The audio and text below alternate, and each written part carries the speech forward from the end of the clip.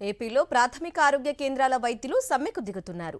కూటమి ప్రభుత్వం ఇచ్చిన హామీలను నిలబెట్టుకోలేకపోవడంతో సమ్మెకు సిద్ధమవుతున్నామని నోటీస్ ఇచ్చారు ప్రాథమిక ఆరోగ్య కేంద్రాల వైద్యులు. పీహెచ్సీలో పనిచేసే వైద్యులకు పీజీ సీట్లలో ప్రాధాన్యత ఇవ్వాలని, నేషనల్ ఇంక్రిమెంట్లను మంజూరు చేయాలని, ఏజెన్సీ ప్రాంతాల్లో అలవెన్సులు ఇవ్వాలంటూ పలు డిమాండ్లను ప్రభుత్వం ముందుంచినా స్పందన కనిపించడం లేదంటున్నారు. ఇదే పరిస్థితి కొనసాగితే దశల వారీగా సమ్మెకు దిగుతామని స్పష్టం చేస్తున్నారు. దీనిపై మరింత సమాచారాన్ని రాజమండ్రి నుంచి మా ప్రతినిధి హరీష్ అందిస్తారు. ప్రభుత్వ ప్రాథమిక ఆరోగ్య కేంద్రాల్లో పనిచేస్తున్న వైద్యులు సమ్మెకు సిద్ధమవుతున్నారు. గతేడాది కూడా వీళ్ళు సమ్మె నిర్వహించడం, డిమాండ్లు అంగీకరించాలని ప్రభుత్వాన్ని కోరటం జరిగింది.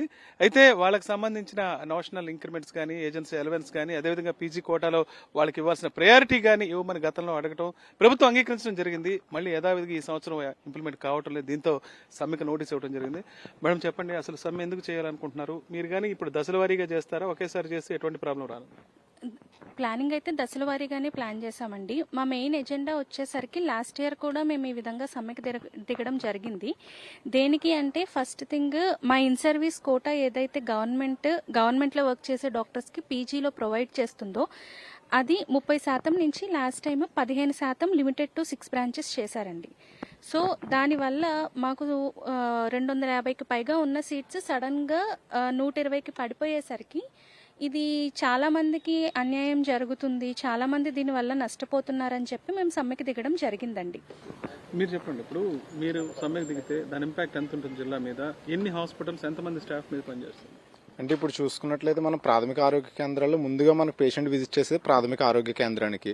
సో దట్ ఇప్పుడు ఒకసారి కనుక ప్రాథమిక ఆరోగ్య కేంద్రంలో పనిచేసే వైద్యులు కనుక సమ్మెకి దిగితే రూరల్లో ఉన్నటువంటి ప్రజలు చాలా ఇబ్బందులు ఎదుర్కొంటారు. సో దాని దృష్ట్యా మేము ఆలోచించి ఇప్పటికింకా ప్రభుత్వంతో చర్చిస్తూనే ఉన్నారు. మా స్టేట్ లీడర్స్ అందరూ కూడా ప్రభుత్వంతో స్టిల్ ఇంకా మేము చర్చలు జరుపుతున్నాం. ఎందుకంటే ముందుగా మేము సమ్మెకి దిగిపోతే ప్రజలు ఇబ్బంది పడతారన్న జస్ట్ ఆ ఉద్దేశంతో సమ్మెకి దిగకుండా మేము గత వారం 10 రోజులుగా ప్రభుత్వంతో ప్రతిసారి స్టేట్ లీడర్స్ వెళ్లడం, మాట్లాడడం, సరే ఇట్లా అయితే ప్రజలు ఇబ్బంది పడతారు కాబట్టి మేము స్ట్రైక్ రాకుండా మేము వర్క్ చేస్తున్నాం స్టిల్. సో మాకు ఏదో న్యాయం చేయండి అని చెప్పి అయితే స్టేట్ లీడర్స్ అయితే కృషి చేస్తున్నారండి స్టేట్ లెవెల్లో ఉండి.